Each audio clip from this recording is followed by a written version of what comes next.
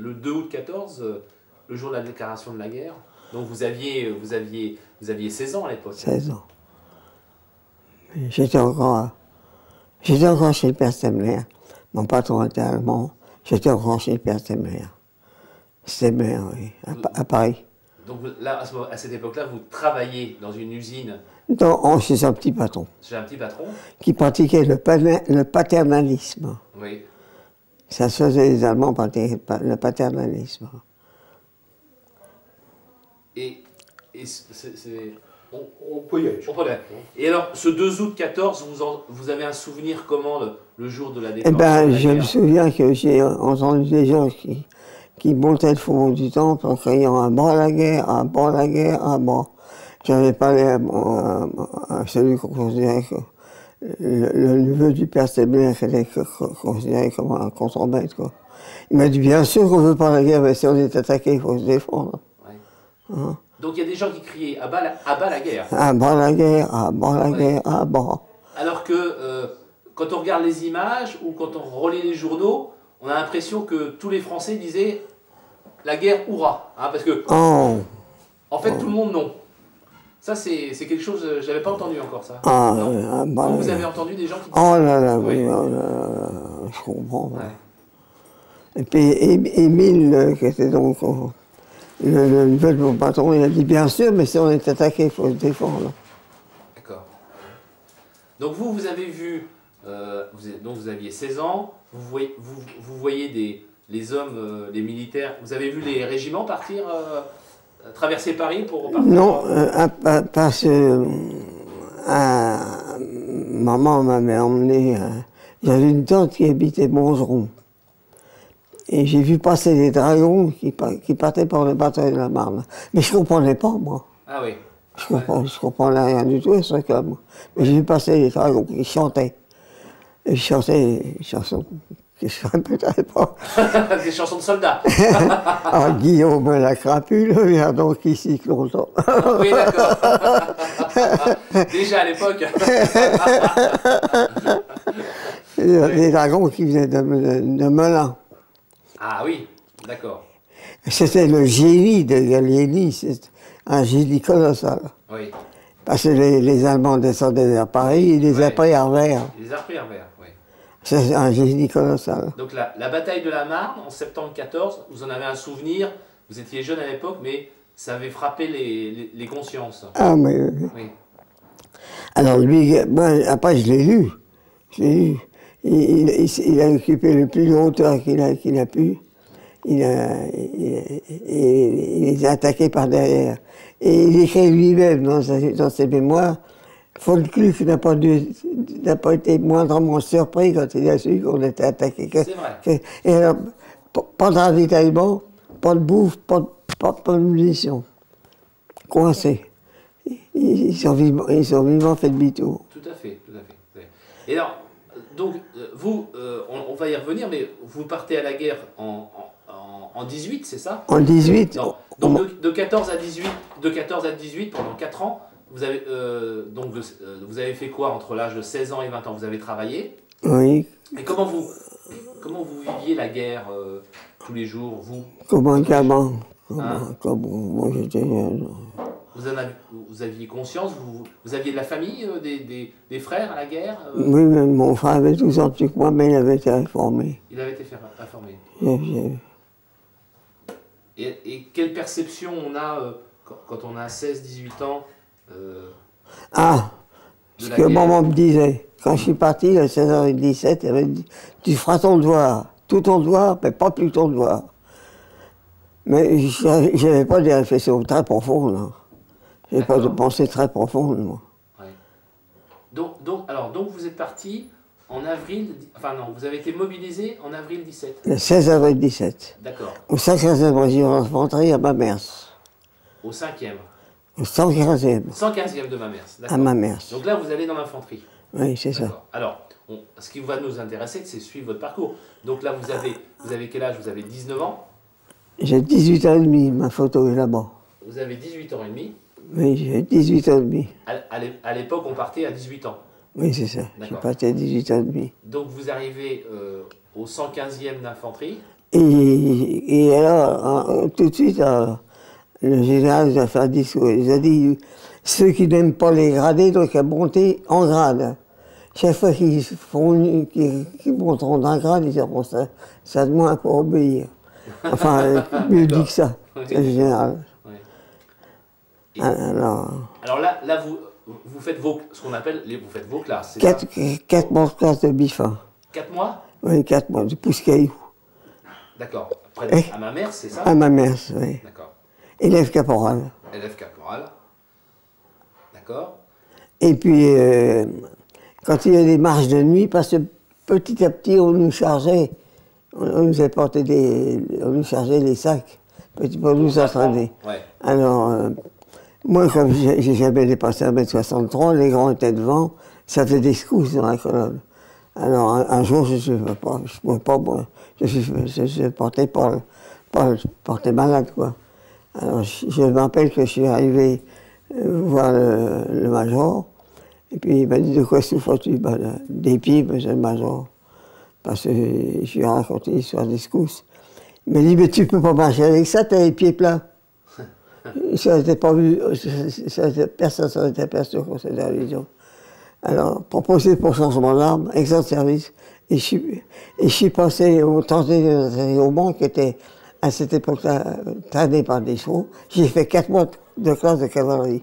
D'accord. Là, vous passez au 32e d'artillerie du Mans. 31e d'artillerie. Ce qui fait que vous refaites 4 mois de classe. 4 mois de classe. Sinon, et les brigadiers. Ouais, parce que sinon, si vous n'étiez pas passé à l'artillerie, vous seriez parti plus tôt sur le front.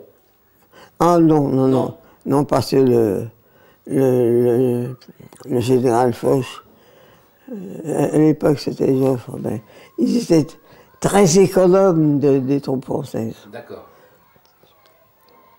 On ne serait pas parti sur le front. Pas tout de suite. D'accord. Alors il y avait un général de division qui avait trouvé un truc, lui.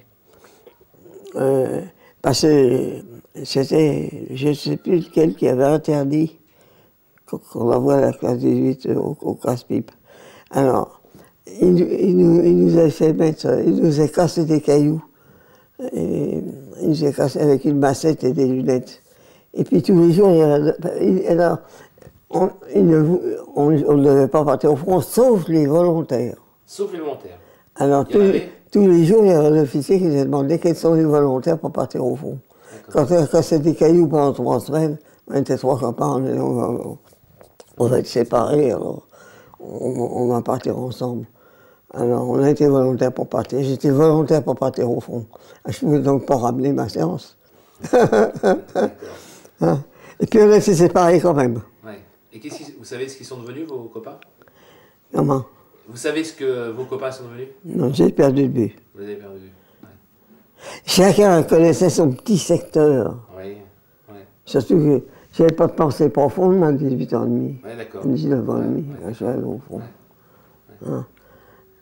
Et je vais vous raconter une anecdote en parenthèse. Un jour, le lieutenant me dit, j'étais son secrétaire, brigadier de tir. Ils sont soit gentils quand on parlait comme ça, moi je ne sais pas où m'a répondu. Tu vas lui porter ça au commandant de la 29, la 29e batterie. Hein. C'était au mois d'avril 1918. Il faisait nuit noire à 9h. Tu vas porter ça au commandant de la... Et surtout, reviens, Gisson. Oui, j'étais d'accord. Hein. Oui, d'accord. En haut, tu tombais les marmites, ça faisait un cratère. Avant que l'eau remplisse, moi, avec ma pelle, ma petite pioche d'artilleur, je faisais un truc, je mettais la tête dedans. Parce que je dois vous dire que je m'aimais pas un peu. Je pensais à l'époque, personne ne m'aimait pas autant que je m'aime. J'ignore le terme de narcissisme, mais je l'appliquais. D'accord. Je mettais la tête dedans. Puis un jour, un copain, qui était brigadier comme moi, il m'a dit, tu es en train de faire une grosse connerie.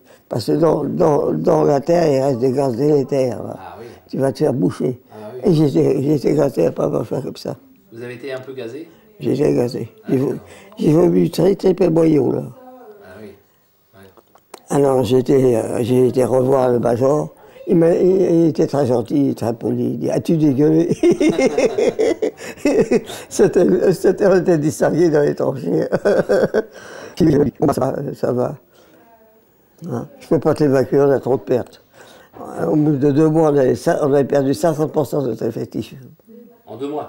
En 2 mois. En Flandre? Oui. 50%? 50%. Pour un régiment d'artillerie, c'est énorme. Ben oui, ouais.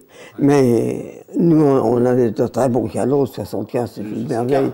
Et comme j'étais mécanicien, 75, j'étais en admiration devant. Ouais. Alors, mais on était contrebattus par 850.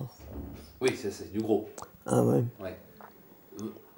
Quand vous étiez sur une pièce d'artillerie de 75, vous vous occupiez de quoi, de points Moi, rien du tout, j'étais passé, il y a 5 pièces et 4 canons. Oui. Moi, j'étais à la pièce administrative, j'étais l'exploitation des eaux. D'accord. Je faisais partie de la pièce administrative, parce que j'étais secrétaire du lieutenant. D'accord. Ouais. Mais à combien de... Et puis en même temps, je faisais des remplacements. Par exemple, j'étais brigadier brigadier, par exemple. Ah oui, d'accord. Ouais. Et puis, je faisais des remplacements. Donc si on revient un peu en arrière... Sauf téléphoniste. Ah oui, d'accord. Ouais. Si on revient un peu en arrière, vous partez au front en avril, en mars 18, c'est ça? C'est ça. Directement en Flandre. Alors, mais directement, je suis peut-être tout à l'heure parlé de Saint-Omer, on s'est arrêté à Saint-Omer. Ah oui, Saint-Omer. Oui. Je me rappelle à une anecdote comme ça, m'être rasé avec un rasoir couteau en me regardant dans une flaque d'eau. Ouais. En qui j'avais pas de glace. Bah oui, oui, oui. Donc vous arrivez près du Mont Kemmel, c'est ça? La ligne de front. Dans la plaine occidentale, le Mont Kemmel était en haut. Il y a le Mont Noir, le Mont Rouge, le Mont Descartes et le Mont Kemmel. 151 mètres d'altitude. Et vous étiez en bas? En bas, Vous tiriez en haut? Oui, c'est ça. D'accord. Mais à quelle distance vous étiez des premières lignes allemandes? Les premières lignes allemandes. Vous, avec vos batteries? 1 km, 2 km? Non, mais... Non. On tirait entre 400 et 1800 mètres. D'accord. Mais vous étiez exposé aux contre-batteries? Oh là là, qu'est-ce qu'ils nous ont mis? Oui. On était sucrés. Hein. On disait ça, sucré. C'est pour les jeunes qui vous voient, hein, et vous êtes fait sucré. Mais avec du sucre qui n'était pas sympa. Hein, ouais. Donc, après les Flandres, donc là on est en mars, la guerre terminera au mois de novembre. Vous êtes resté de mars à novembre alors là, au même endroit? Attends, j'ai oublié. Alors, le régiment où j'étais, le 31e, oui. Après, j'ai fait partie du premier régiment porté. Les canons portaient sur des Jeffries et les servants, c'était le génie de Foch et de Weygand, là.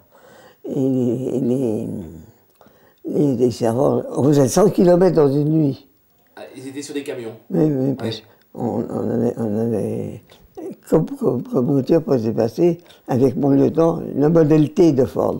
Ah, oui. Ford avait dit, le client choisira la couleur qu'il voudra, à condition que ça soit la couleur noire. C'est le modèle T.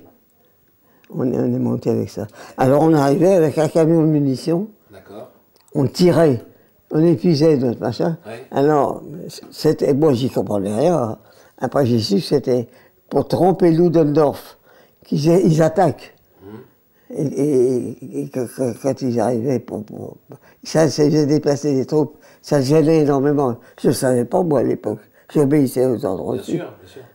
Là vous parlez du mois de juillet 18 où les Allemands attaquent? Oui, c'est ça. Ah, d'accord. Et vous étiez où là, à cette époque-là, en juillet 18? Toujours dans les Flandres? Oui, j'étais dans les Flandres. Oui. Vous n'avez pas bougé alors, là-haut? On est resté un certain temps là, oui.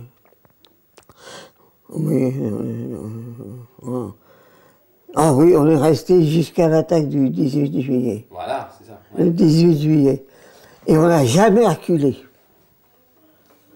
Déjà pour la bataille de la Marne, Joffre avait dit une troupe qui ne pourra plus un Français devra se laisser tuer sur place plutôt que de reculer. Absolument, il dit ça. Vous voyez les ordres. Ouais. Hein? Et vous êtes resté là, 18 juillet 1918, vous êtes donc dans les Flandres, Oui, vous subissez l'attaque allemande. oui. Oui. Et alors, comme je vous le dis, moi je m'aimais à l'époque un peu. Hein. Je lui ai ramené ma petite gueule en tête, vous pouvez la regarder, je n'ai pas pris des tempêtes de pêche. Hein. Ah oui, oui. Vous avez pas été blessé? Si, j'ai vu tomber le but qui m'a blessé. Mais le major m'a dit que ça aurait été un éclat de but, aurait eu le genou broyé. C'est Sulpierre qui t'a fait ça pour moi. Alors j'avais la rotule à vif. Il m'a dit, tu viendras tous les jours au pansement. Il m'a recousu sans m'endormir. Je vous explique pas. Ah oui, si, Et puis après, j'avais la rotule, j'avais ma culotte d'artilleur déchirée, et puis la rotule à vif. Il m'a dit, tu prendras un bâton, tu t'arrangeras pour marcher comme ça. Je ne peux pas t'évacuer à trop de pertes. Et quand vous dites, j'ai vu l'obus. Oui, j'ai vu l'obus. Parce que je l'ai vu arriver en fin de course. En fin de course. Oui. Je l'ai vu arriver. Et alors, vous avez eu le temps de plonger, non? Oh non. Non. Puis, je vais vous dire, sans me vanter, j'ai jamais eu peur. Je ne connaissais pas la peur. Bravo. Moi, j'étais fait comme ça. Oui, oui. Ouais. Pourtant, ça doit être un barrage. Mais non, je sais pas, il paraît que c'est le parasympathique détraqué, quoi, je sais pas. Pardon? Un parasympathique détraqué. Donc vous avez jamais eu peur? Non, j'ai jamais eu peur. Non, jamais, je connais pas. La peur, la crainte, la haine, je connais pas. C'est super, c'est bien. Que, le 11 novembre 18, vous en souvenez? Oh, bien sûr. Là, j'étais. Parce qu'un jour, un copain m'a dit, on te demande au bureau du colonel. Je sais plus, je vais me faire abonner. Hein, il y avait des motifs. Quoi. Alors j'arrive au bureau du colonel. Asseyez-vous.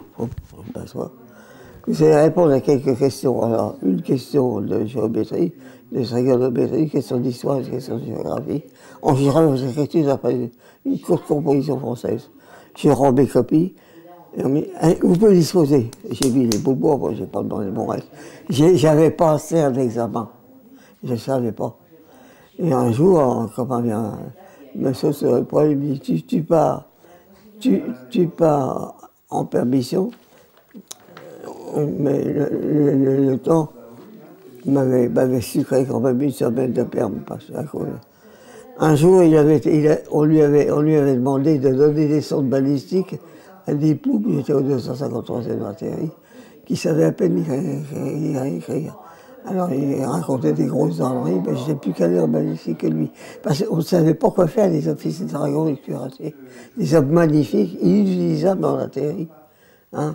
Ils étaient quand même militaires. Hein?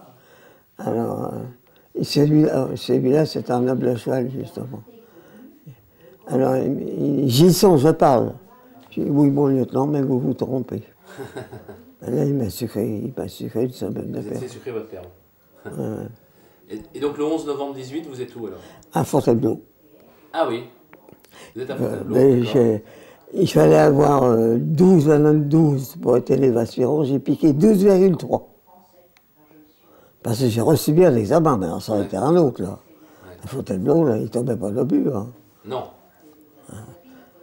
Là, il était calé. J'ai piqué 12,3 et je suis resté élève aspirant. Et alors, le jour de l'armistice, oui. On revenait de manœuvre. À Blot, là, on était à Blot. Oui. On revenait de manœuvre. Je vois un bonhomme d'étudiant à la cour. Un chic à fauche. Je dis, ça va pas. Il y avait une discipline, une cravate oubliée sur un livre, 15 jours de prison, une école militaire en temps de guerre. Je ne sais pas si vous voyez ce que c'est. Hein. Alors, je sais juste qu'est-ce qu'il y a. Ils sont arrêts. Un garçon dans la chambre, la guerre est finie. Alors là, on s'est envolé comme une volée de moineaux. On est allé peindre en rouge le sexe du taureau de Rosa Bonheur. Rosa Bonheur était un sculpteur qui avait pas un... Qui avait, dans un sculpteur, il y avait un taureau en bronze. On est allé peindre le sexe en rouge. Et puis on est allé tourner autour des maisons de dames. Ouais. Non, savez ce que c'est. Vous voyez que vous avez gardé un bon souvenir du 11 novembre. Donc, il y a des gars parce qu'il apparaît, le bruit avait couru qu'on ne serait pas aspirant, on serait chef de section. Il y en a qui ont rendu leur copie blanche. Moi j'avais des défauts, mais j'étais discipliné. Hein.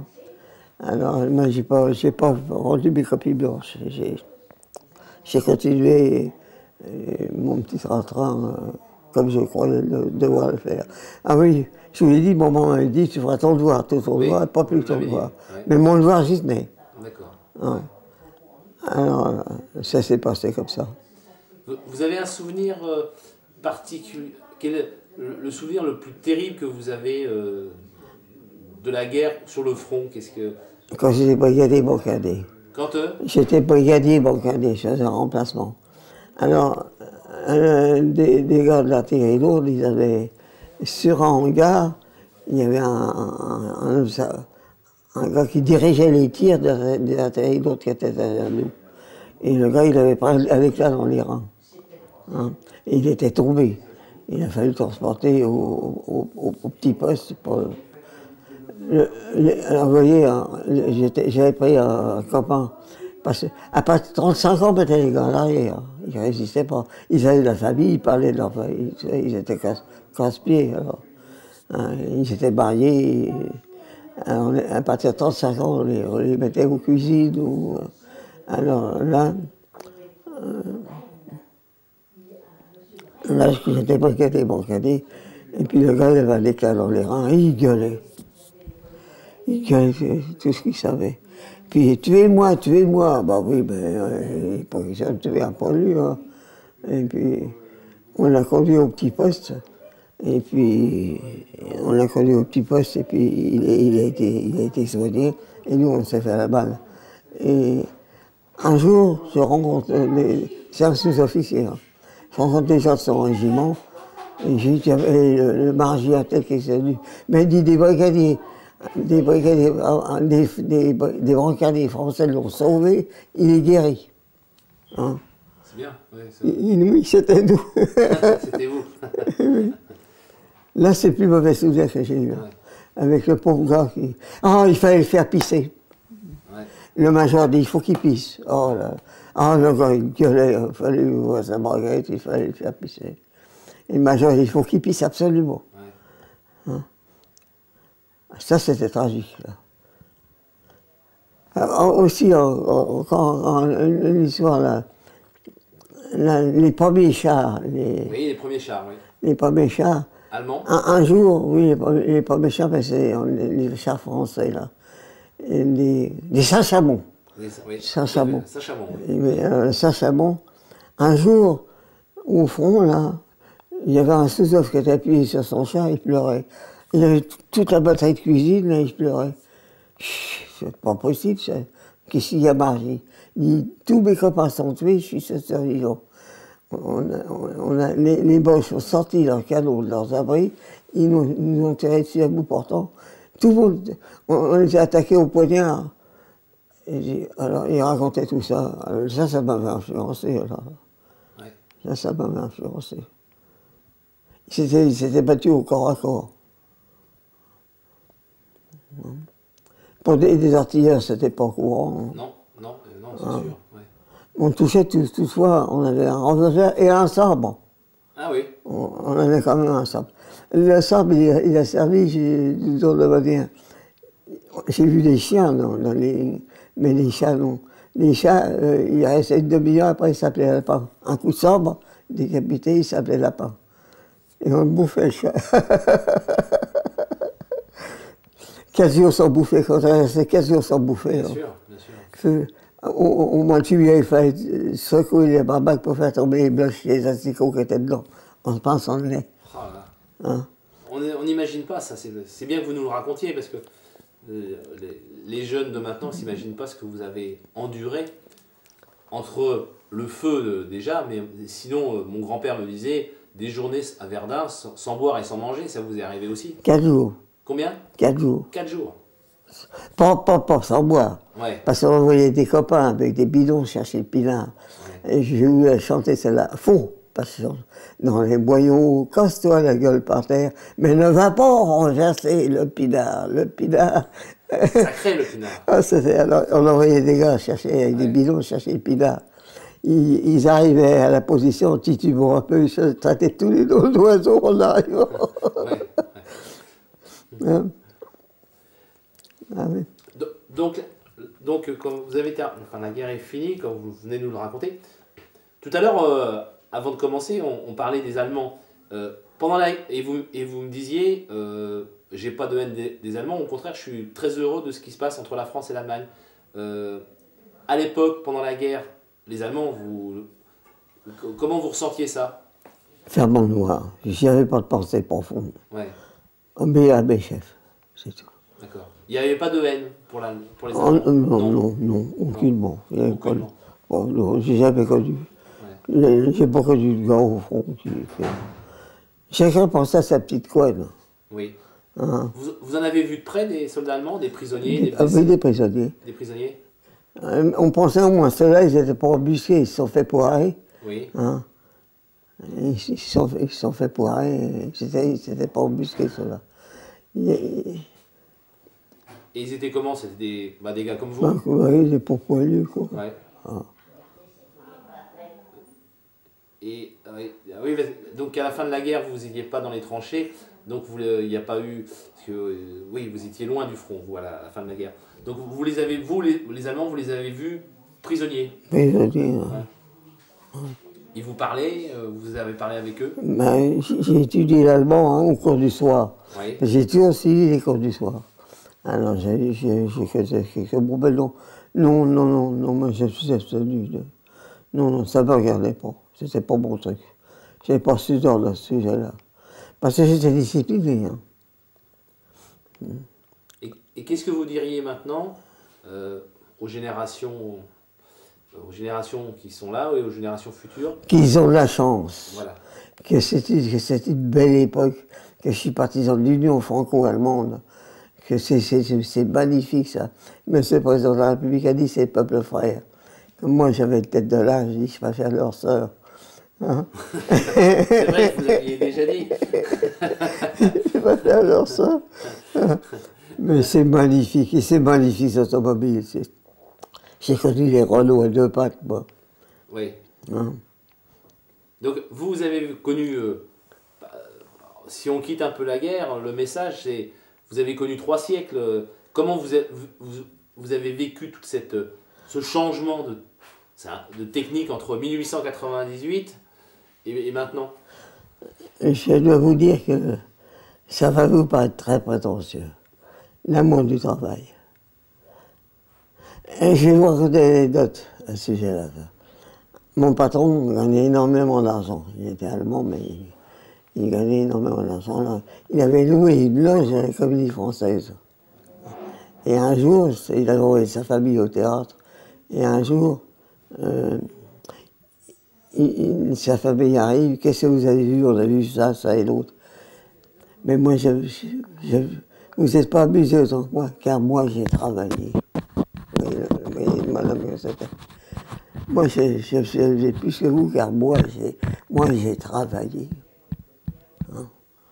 Vous voyez, le numéro que c'était. Hein? Ouais. Et en 1940, vous avez donc 42 ans, c'est de nouveau la guerre. Comment un ancien combattant de 14, comme vous, enfin de 18 même, a vécu cette période de mai 40, de alors, défaite colossale? J'ai demandé j'avais demandé à faire une période. Et puis, un jour, j'ai été contrôlé parce qu'en cas de mobilisation, le porteur du président livret, sortant de cette établissement gisant et compagnie, c'était moi. Et puis un jour, il y a un capitaine, un magnifique capitaine français, J'ai dit, vous savez, mon capitaine, si vous croyez que je fais pour mon devoir, je suis prêt à partir au fond. Et il se recule comme ça. Il se recule, il me regarde. Il me dit, vous n'êtes plus très jeune. Il m'en a foutu un coup. Vous n'êtes plus très jeune. Ça m'a marqué. Hein. Est-ce que... Et le fait que les Allemands reviennent en France, ça vous a marqué, ça vous a révolté à l'époque? Les nazis, je les aurais bouffés. Ouais. Qu'est-ce que vous avez fait pendant la Deuxième Guerre mondiale? Vous m'avez dit que vous avez fait vous étiez dans l'armée secrète, c'est ça? Oui, c'est ça. Vous pouvez nous en dire 2-3 mots? Oui, mais oui. Attendez, ça fait... Un jour, un copain, un de mes chefs, parce que j'avais des chefs maintenant, on avait des chefs, il dit, on a de l'argent. Si tu veux, parce que je faisais il faut papier, il faut faire des identités, on a de l'argent. J'ai dit, oui, ben si j'achète de l'argent, je serai un espion. Je ne veux pas de ton argent. Je suis agent de renseignement. Et je ne suis pas espion. Alors, j'avais ma petite tête à boire. Alors, j'ai fabriqué beaucoup de faux papiers pour empêcher les gars de partir, pour les empêcher de partir au travail obligatoire. Ah, ouais. Et mes meilleurs clients, c'était les curés. Ils étaient tenus par la confession. C'était les curés, je sais très bien, moi. Ah, une anecdote, j'ai raconté une autre. Un jour, avec le vicaire, j'habitais à Trapani dans l'Eure, avec le vicaire, on allait pour ravitailler les Américains la nuit. Dans la nuit, je vois une lumière qui s'allume et qui s'éteint. Je dis, bon Dieu, on est vendu. Il dit, oh merde, regardez, les gars. On s'est approché, c'était un verre luisant. Un verre luisant. Mais comme avec les Espagnols, on est faible quand on a tort. Hein? On est faible quand on est... Oui, hein? Bien sûr. Ouais. Un verre luisant. Il s'allumait, c'était... Pour conclure cet entretien, vous auriez quel message à délivrer aux jeunes qui s'interrogent sur le destin du monde? Qu'est-ce que toute votre expérience de la guerre 14-18, vous leur diriez quoi aux jeunes qui vous regardent?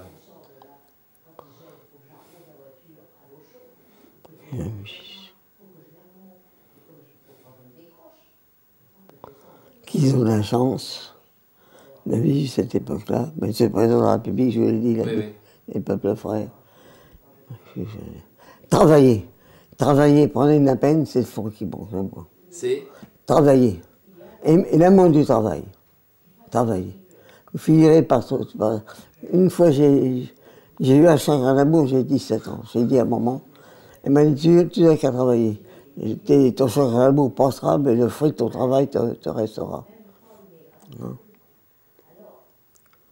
Travailler, il faut toujours travailler.